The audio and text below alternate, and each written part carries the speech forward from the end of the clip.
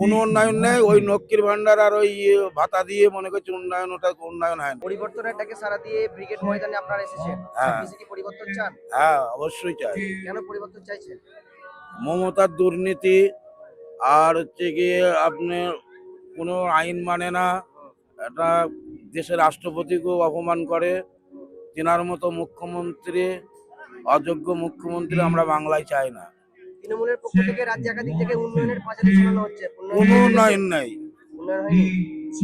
কোনো উন্নয়ন নেই। ওই লক্ষ্মীর ভান্ডার আর ওই ভাতা দিয়ে মনে করছে উন্নয়ন, ওটা উন্নয়ন হয় না। উন্নয়ন করতে হলে দেশের যুব সমাজকে শিক্ষা, স্বাস্থ্য এবং যুব সমাজ যাতে কাজ পায়, কর্মসংস্থান যদি পায়, তাহলে জানতাম যে হ্যাঁ মমতাই কাজ করেছে। ওনাকে আমরা পরিবর্তন করে নিয়ে এসেছিলাম।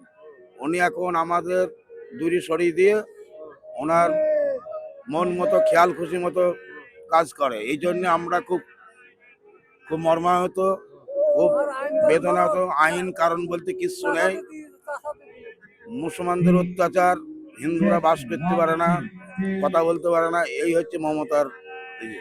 তাই আমরা চাই সকলেই 26-এ ওনাকে বিসর্জন দিয়ে আমরা নরেন্দ্র মোদী সরকার, ভারতীয় জনতা পার্টি, বিজেপি সরকারকে আনার জন্য আমরা সকল পশ্চিমবাংলার মানুষের কাছে আমরা জোরহাত করে আবেদন করছি। আপনারা সকলেই ভারতীয় জনতা পার্টি, বিজেপি প্রার্থীদের আপনারা বিপুল ভোটে জয়যুক্ত করুন, এই আশা রেখে। ভোট দেওয়ার দিন থেকে ভোট গণনা পর্যন্ত তৃণমূলের যে সন্ত্রাস তার বিরুদ্ধে লড়াই করে পরিবর্তন ছিনিয়ে আনতে পারবেন? অবশ্যই পারবো। ওরা যতই পরিবর্তন করুক, আমরা মার খেয়েও আমরা পরিবর্তন নিয়ে আসবো, এটুকু আমাদের আশা আছে। আর পশ্চিমবাংলার মানুষের উপর আমাদের ভরসা আছে। কোথা থেকে এসেছেন? আমরা ধুবুলিয়া, বাড়ির উপদহ।